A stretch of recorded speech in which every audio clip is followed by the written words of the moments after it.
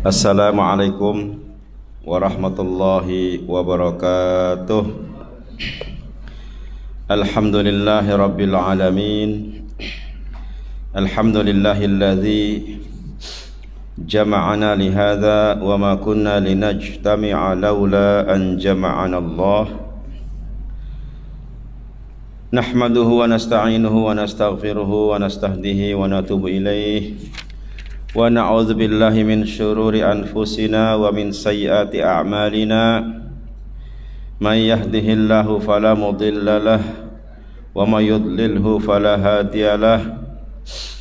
Assalatu wassalamu ala Rasulillah Sayyidina Muhammad ibni Abdillah wa ala alihi wa sahbihi wa mawalah.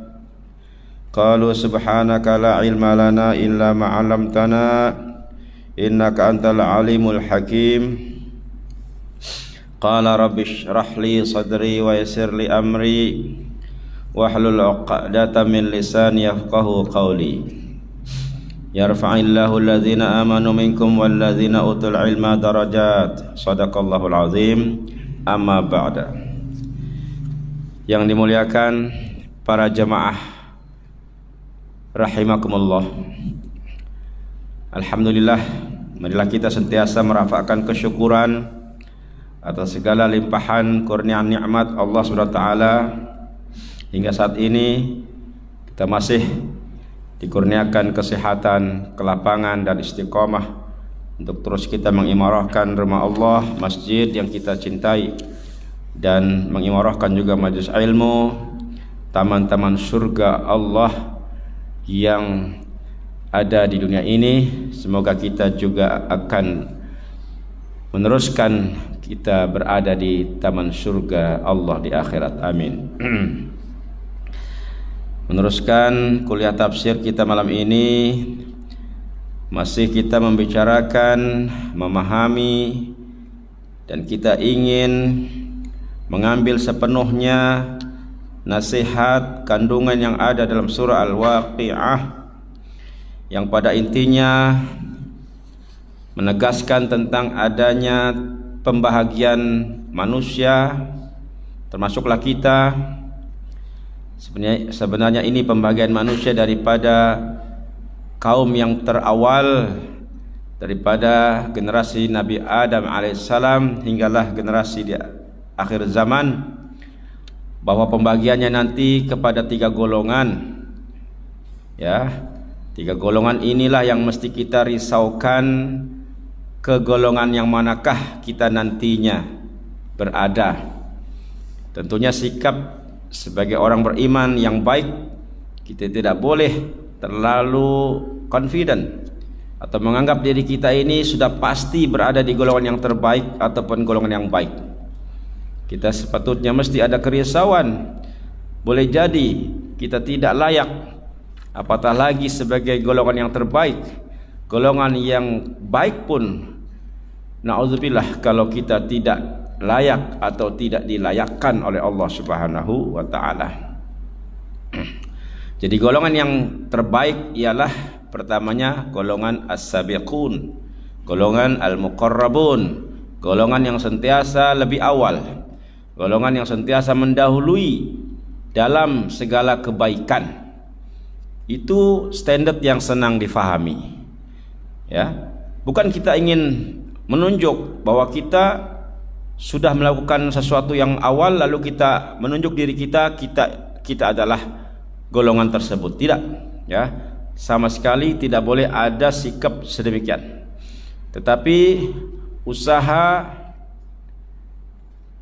untuk kita istiqomah menjadi golongan yang sentiasa mendahului apa saja kebaikan, maka Allah akan iktiraf, dan jika Allah terima amalan kita, maka sudah pasti di akhirat, ya, akan menjadi golongan yang juga didahulukan oleh Allah, diawalkan oleh Allah untuk menghampiri kedudukan dengan Allah Azza wa Jalla, berada dalam surga terlebih dahulu.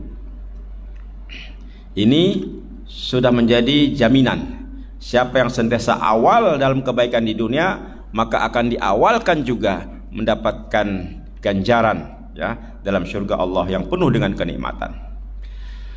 Manakala golongan kedua, adapun tadi golongan pertama itu ya, golongan yang istimewa itu sudah ditentukan kota ataupun nisbahnya, sebagian besar atau mayoriti akan diisi oleh golongan yang terawal ya.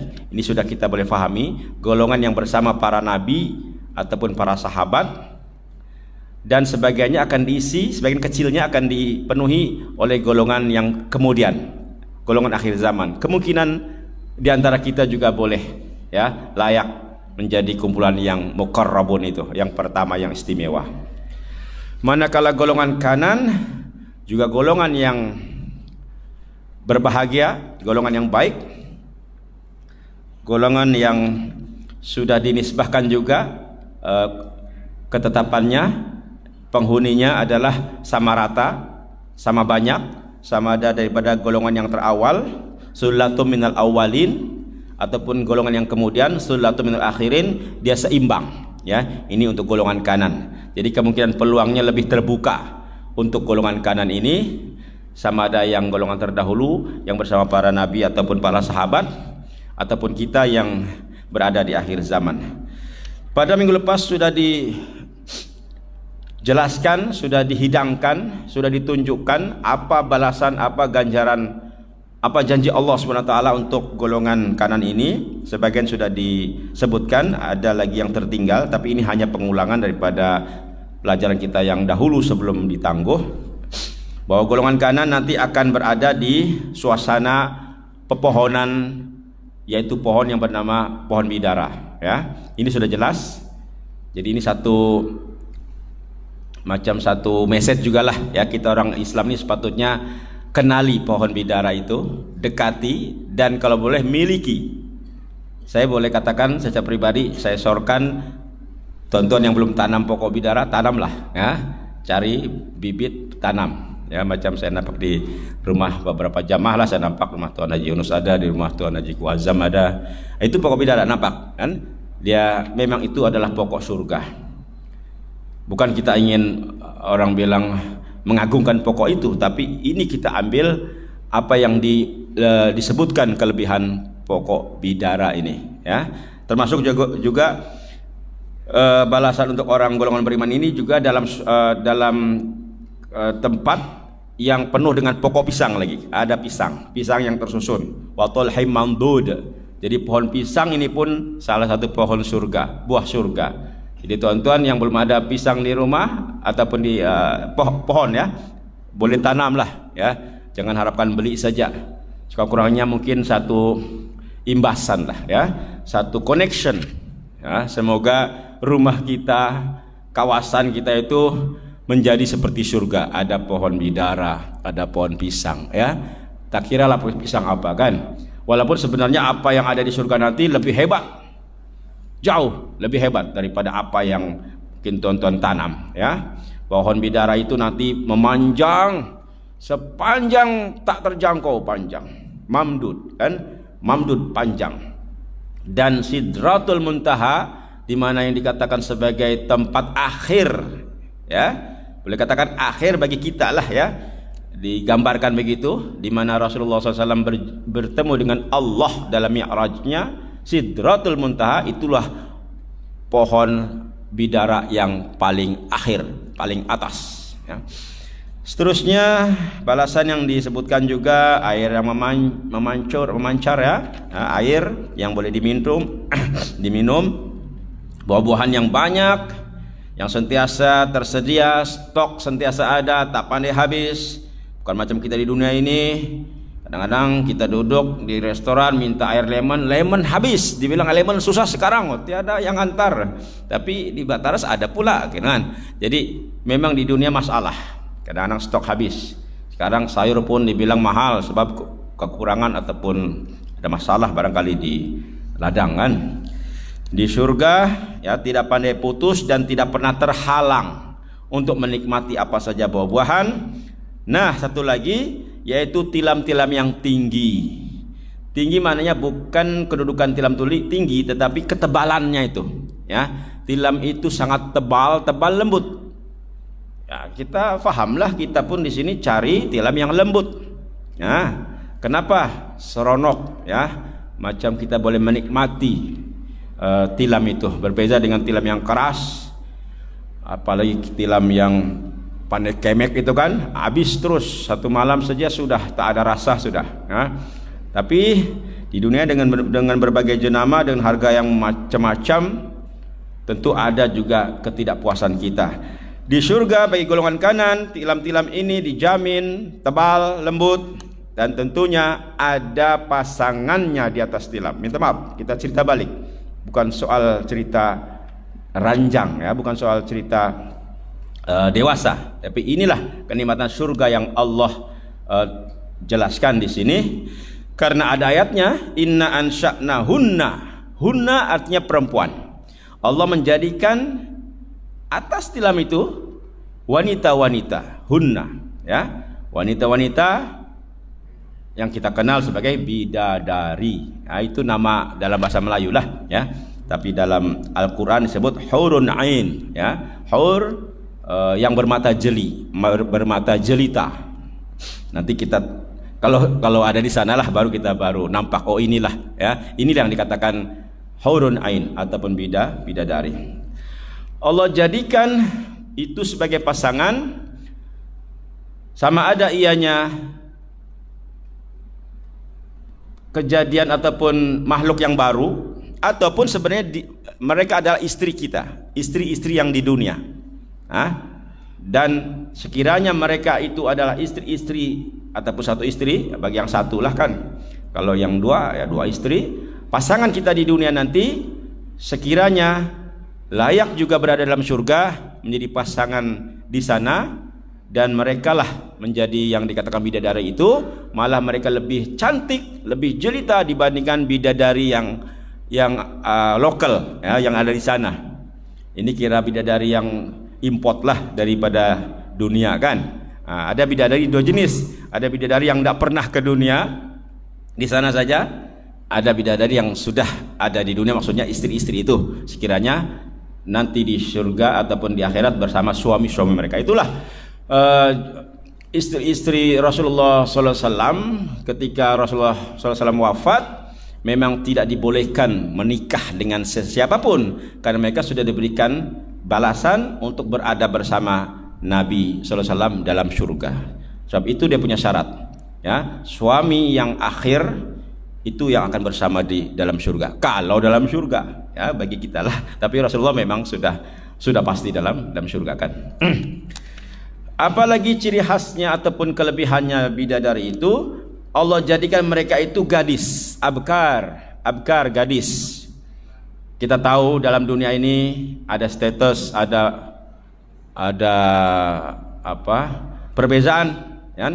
Ada gadis, ada balu, ada janda, gitu kan. Jadi ini Allah jadikan gadis. Walaupun yang tadi itu bidadari yang pernah di dunia, istri-istri yang di dunia itu sebenarnya mana ada gadis kan. Orang bilang sudah pernah dijadikan istri. Makan barangkali di dunia waktu itu anaknya sampai 12. Mana ada gadis anak 12 kan? Sudah jadi nenek-nenek pun, sudah jadi lebih daripada nenek itu. Tapi nanti dalam surga Allah jadikan semula menjadi abkara, gadis-gadis. Kita akuilah memang lelaki ini suka kepada gadis. Jadi kalau ada yang soal abang suka yang mana, perawan atau janda, itu soalan yang buang masa saja sebenarnya, ya. Tapi yang paling baik adalah abkara, yang gadis.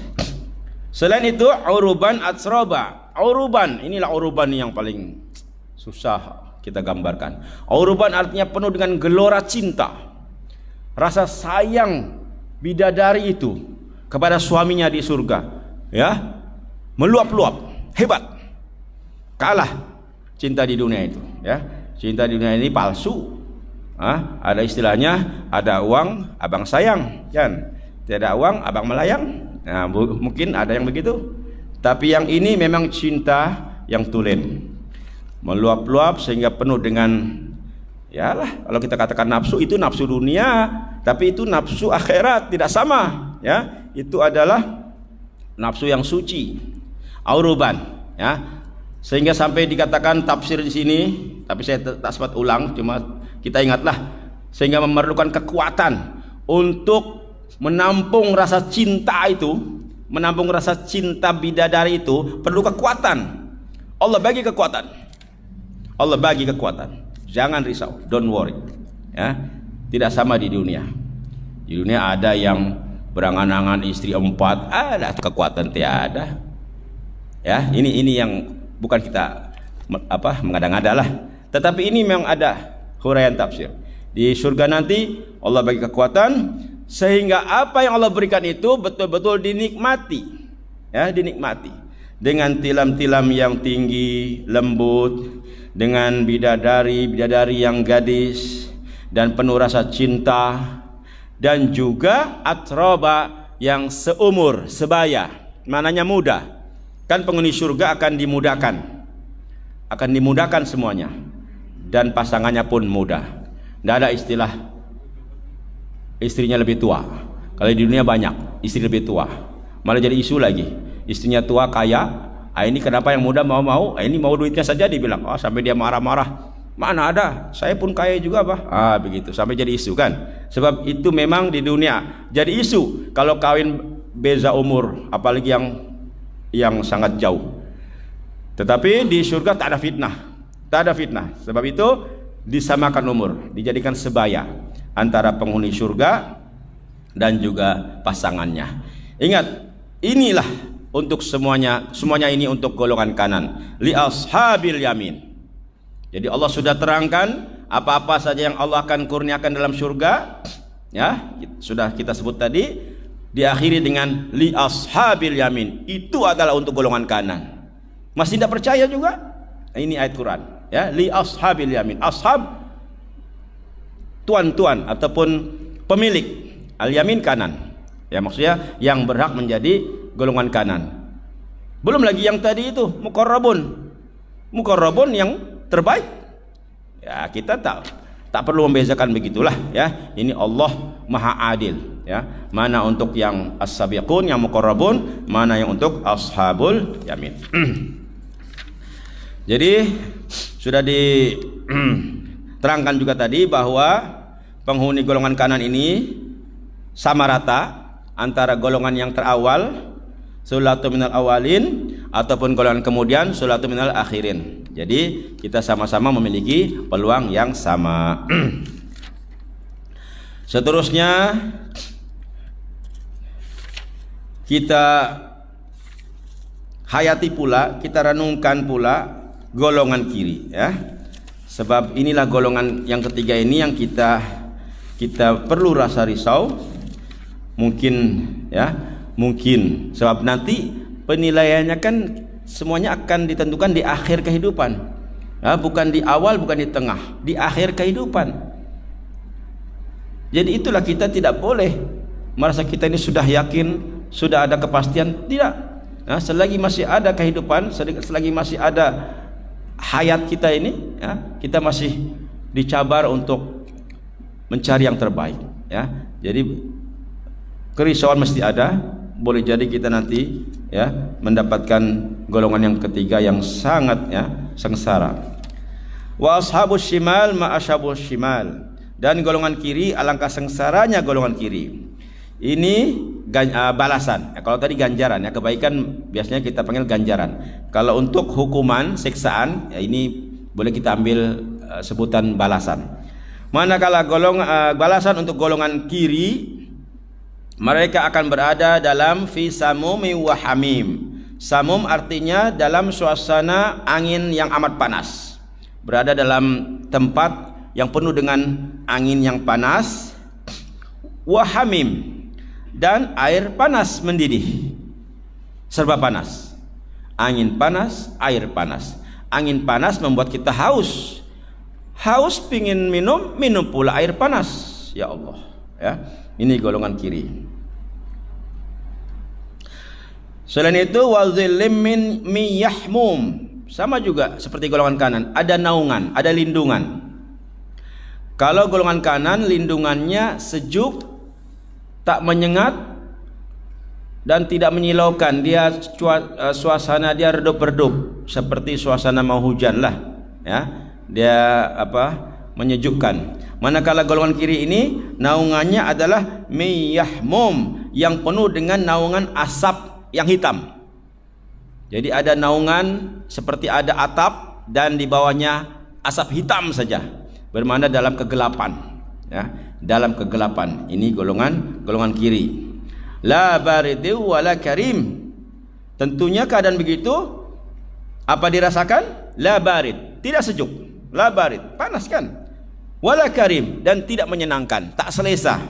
Ya, bayangkan kita di sini kadang-kadang kalau mati karan beberapa jam pun sudah kita rimas kan? Aircon tak hidup, kipas tak hidup, air rimas betul. Itu beberapa saat saja, beberapa jam. Ya, tapi ini di akhirat, ya, sepanjang masa ada yang khalidina fiha, ya, kekal selamanya begitu, ya, dalam keadaan rimas, kepanasan, berpeluh. Ya Allah, ya, ini balasan yang sudah Allah maklumkan, ya, Allah sudah kasih terangkan, ya, supaya kita merasa ngeri dan takut dengan balasan sedemikian. Nanti ada kemudian balasan yang akan dijelaskan lagi. Allah kasih macam dalam ayat ini seolah-olah Allah rehatkan dulu supaya kita tidak berapa takut sangat, ya. Jadi setakat yang ini itu saja dulu balasan yang Allah janjikan untuk golongan kiri, yaitu berada dalam suasana angin yang amat panas dan air panas mendidih, dan juga dalam naungan yang penuh dengan asap hitam, ya. Seterusnya Allah jelaskan supaya kita ini secara psikologi cepat, ya, menyadari kenapa Allah beri hukuman sedemikian. Ini dia punya sebab. Ketika mereka di dunia, boleh jadi kita melakukan apa yang dilakukan oleh mereka ini. Innahum kanu qabla dzalika mutrafin. Sesungguhnya mereka dahulu di dunia mutrafin. Mutrafin artinya bermewah-mewah, bermegah-megah, terlampau mencintai dunia, terlampau mencari dunia. Ya. Ya, dunia itu memang Allah suruh kita juga minta kebahagiaan di dunia kan. Rabbana atina fid dunya hasanah, betul kan? Artinya memang perlu kita cari rezeki, perlu kita mencari kenikmatan dunia, tapi bukan mutrafin, ya. Sebab kalau mutrafin bermewah-mewah ini akhirnya boleh jadi menggugurkan kebaikan ataupun membuang kebaikan. Minta maaf lah. Mungkin ada seorang yang berjuang dalam agama contohnya, tiba-tiba ada jawatan, lalu dengan jawatannya lupa pula dengan dakwah, ya. Tetapi dia menikmati habuan-habuan dunia, boleh jadi kemudian akhirnya keluarlah ciri-ciri keduniaan, ya, dengan kemewahan-kemewahan yang dimiliki. Akhirnya mungkin misi dakwah yang pada awalnya dilaksanakan tidak dikotakan, ya, tidak dibuat. Ini satu contoh lah, ya. Sebab ada yang memang kehidupan dunia ini kan satu godaan. Kalau kita belum tergoda, macam kita ini istiqomah. Tapi sudah tergoda, lalu kita gagal dengan godaan itu, ini boleh katakan mutrafin, bermewah-mewah. Jadi kita perlu bermuhasabah, ya. Adakah kita ini tujuan kita ini keduniaan, ya, ataupun dunia itu, ada kan istilahnya dunia itu biarlah ada di hati, bukan dalam genggaman tangan, ya. Kita kawal dunia itu. Selain itu, sikap mereka waktu di dunia juga, wa kanu yusirruna 'alal hinsil azim. Inilah akibat mencintai dunia, mereka akhirnya terus-menerus dalam perbuatan dosa. Mereka sepertinya istiqomah, tapi bukan dalam kebaikan, dalam kejahatan. Karena tujuannya dunia tadi itu, sehingga satu dosa dibuat lagi dosa lain, ya. Akhirnya mereka menjadilah orang yang zalim, ya. Zalim terutamanya menzalimi orang lain lah, ya. Kadang-kadang hak orang lain diambil dan sebagainya. Ini karena mereka mementingkan kemewahan dunia ataupun ataupun mungkin juga bukan hanya kemewahan, pangkat, kuasa dan sebagainya. Ada orang sanggup mempertahankan kuasa dengan menzalimi orang lain, ya, menzalimi hak orang lain. Wa kanu yaquluna, ini yang biasa ada dalam hati orang-orang yang termasuk golongan kiri ini, yang mendasari kenapa mereka salah jalan. Inilah karena mereka di hatinya ada sesuatu yang salah. Dahulu di dunia mereka berkata, aiza mitna wa kunna turaba, adakah ketika kami mati nanti dan kami menjadi tanah dan tulang belulang? Mereka tahu, ya, mereka tahu akan mati, itu tahu. Habis semua orang akan faham mereka akan mati dan akan menyatu jadi tanah dan akan menjadi tulang, karena daging semua akan reput, tinggal tulang-tulang. Tapi ada sikap mereka hanya meyakini itu saja, percaya itu saja. Mereka masuk tanah, menjadi tanah dan menjadi tulang belulang. Tapi ada yang mereka tidak percaya, yaitu alam gaib, tidak percaya. Inna lamab'utsun, adakah kami akan dibangkitkan? Mereka masih ragu-ragu. Betulkah dibangkitkan? Kalau mati, matilah. Dengan sebab keyakinan mereka itu tidak yakin akan kebangkitan itu, itulah jadinya mereka memuas-muaskan dirinya di dunia.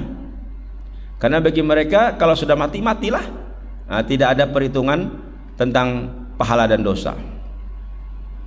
Sampai ditambah lagi, awa abaunal awwalun, ataukah termasukkah bapak-bapak kami ataupun nenek moyang kami yang sudah meninggal itu begitu juga kah? Mereka tidak percaya juga, ya. Generasi awal yang sudah meninggal dunia itu mereka tak yakin akan dibangkitkan. Oh, rupanya itu. Jadi sebab kenapa orang berbuat zalim, berbuat maksiat, ya, mencari kemewahan dunia, sebabnya satulah, mereka tak berapa yakin dengan akhirat. Tak berapa yakin. Mereka taunya mati memang. Tidak adalah yang dibilang, aku tidak akan mati. Itu memang macam jarang kita dengarkan. Mereka kadang-kadang pasrah juga, disebut juga mati, ya. Pernah saya berbaris di pasar ikan itu, ada satu Cina lah yang sudah sakit-sakit. Dia bilang, "Tidak apa mati, saya mati tidak apa-apa, saya sudah tua aja. Kalau mati, matilah." Mereka macam sanggup mau mati gitu. Macam mereka tunggu saatnya mati. Dalam mati, tapi kok agama apa nanti, macam mana di akhirat, macam mana di sana. Mereka tidak terpikir itu, ya. Mereka punya keyakinan lain, ya, keyakinan mereka lain, ya, tidak seperti yang dihuraikan dalam agama Islam lah. Maka akhirnya disinilah nasihat Al-Quran, nasihat surah Al-Waqi'ah bagi mereka yang tidak mempercayai hari kebangkitan. Qul innal awwalina wal akhirin, katakanlah sesungguhnya golongan yang awal, sama ada generasi yang awal maupun yang kemudian yang sudah meninggal, sama ada yang meninggal awal ataupun meninggal kemudian, ya, daripada Nabi Adam alaihissalam hingga ke orang terakhir nanti hari kiamat. La majmu'una, mereka pasti akan dihimpunkan. La majmu'una, dihimpunkan maknanya dibangkitkan. Sebab daripada alam kubur, alam barzah, mereka akan dikumpulkan di satu tempat, maknanya dibangkitkan. Kalau tidak dibangkitkan, mereka masih berpisah, mereka masih bercerai, mereka masih di tempat yang berlainan, kan? Ya, dari segi kuburan pun kan lain-lain. Ada di kubur Kampung Contoh, dikubur di Semplang, itu dalam satu negeri lah, belum lagi di negara-negara lain kuburan berbagai-bagai, kan? Tapi alam gaib hanya Allah yang tahu, dan nanti akan dihimpunkan dalam satu masa, ila miqati yaumi ma'lum, dikumpulkan pada satu waktu ataupun satu masa, hari yang diketahui. Hari yang diketahui ini hari yang sudah Allah tetapkan, Allah yang tahu, yaitu hari perhimpunan yang kita kenal di padang mahsyar, ya. Jadi inilah akidah Islamiyah, akidah kita, akidah ahlus sunnah wal jamaah, bahwa orang yang mati, ndak kiralah yang dikubur dalam tanah ataupun yang dibakar, abunya dibuang ke laut, ataupun yang disimpan dalam tajau, simpan di pokok barangkali kan, ataupun yang lemas di laut, di sungai tidak terjumpa, yang dimakan buaya, dimakan harimau, semuanya akan dihimpunkan, akan dihimpunkan pada suatu hari yang sudah diketahui, maksudnya ditetapkan oleh Allah Subhanahu wa taala. Maka disitulah bermulanya akan diperhitungkan segala amal perbuatan manusia ketika ada di dunia. Balik lagi kepada hukuman sekarang. Nah, tadi sudah macam break sekejap kan, diteruskan dengan hukuman kepada golongan kiri ini, macam belum habis lagi yang disenaraikan di sinilah. Tsumma innakum ayyuhad dallunal mukadzibun. Kemudian kalian, ini secara direct ini dipanggil yang orang yang tidak percaya tadi itu, innakum kemudian sungguhnya kalian wahai orang-orang yang sesat lagi mendustakan. Sesat artinya mereka menyimpang, mereka tidak memilih jalan yang benar, mereka memilih jalan yang sesat lah, yang salah. Al-mukadzibun yang mendustakan hari kebangkitan. Allah seru mereka, hai golongan orang yang sesat lagi mendustakan, la akiluna min syajarin min zakum. Pasti la itu satu huruf saja tuh, la, bukan la ada alif ya. Kalau la ada alif, la itu aja tidak. Tapi kalau la pendek artinya pasti, ya, pasti kamu akan menjadi golongan yang makan, akilun makan. Makan apa? Min syajarin min zakum, makan buah dari pohon yang disebut zakum, ya. Ada lagi nih pohon zakum, tapi ini bukan pohon surga, pohon neraka. Jangan pula cari zakum mau tanam di rumah, ya. Itu pohon neraka, ya. Walaupun adalah orang sudah gambar hiasan, saya tak pasti betul ada tidak, ya. Mungkin saya belum mengkaji lagi. Yang mengerikan itu buah-buahnya macam tengkorak-tengkorak manusia itu, ya, di buah-buah dia itu kecil-kecil lah, tapi ada mata, ada hidung berlubang, itu macam tengkorak, ada duri-duri dia tuh. Wallahu alam, ya. Tapi memang ya berduri lah, menyakitkan. Itu nama dia buah zakum yang tumbuh dalam neraka itu, ya, dalam neraka.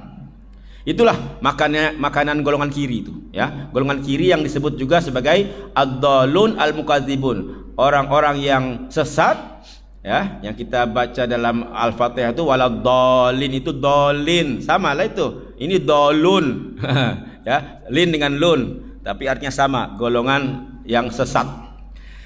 Jadi ini balasan seterusnya bagi mereka, akan makan dari makan buah daripada pokok zakum. Bukan hanya makan begitu saja, bukan hanya makan sebuah dua buah ataupun sebiji dua biji, tidak. Macam berpesta pula. Famaliuna minal butun, macam kenduri. Mereka penuhkan lagi perut-perut mereka dengan zakum itu. Berhabis pula makan. Sebab ini bukan makan biasa, makan hukuman ini. Makan untuk hukuman, bukan makan untuk keperluan. Dipenuhkan perut-perutnya dengan zakum itu, bayangkan, pecah perut, ya, berduri-duri tajam.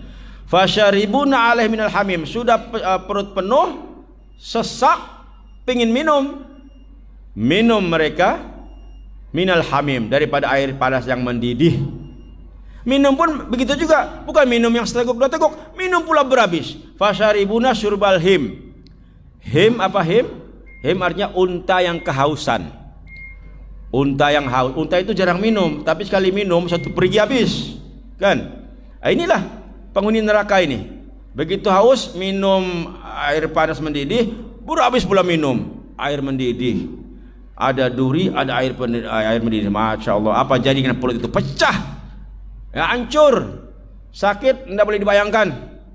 Kalau di dunia sakit pergi dokter, ada obat tahan sakit. Sana mana ada obat pun kalah, tidak ada obat, ya. Tapi anehnya di neraka sudah sakit, pecah perut, tak mati. Bayangkan, tak mati. Kalau mati orang bilang selesailah.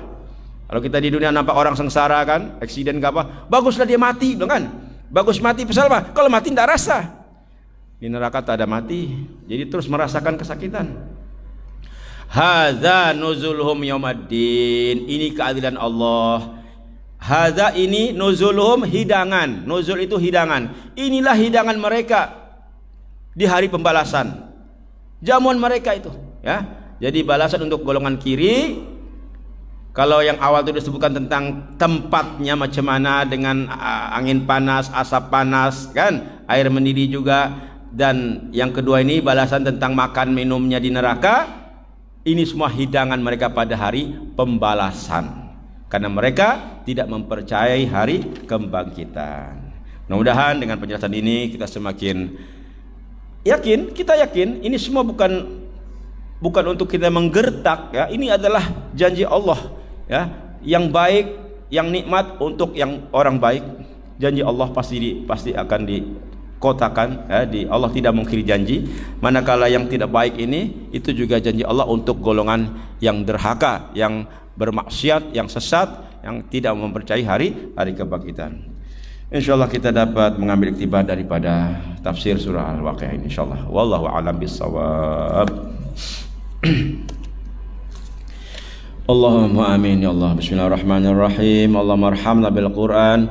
Allahumma arhamna bil Qur'an waj'alhu lana imama wa nura wa huda wa rahmah. Allahumma zakirna minhu ma nasina wa 'allimna minhu ma jahilna warzuqna tilawatahu ana al-lail wa atrafan nahar waj'alhu lana hujjatan ya rabbal alamin walhamdulillahi rabbil alamin. Wassalamu alaikum warahmatullahi wabarakatuh.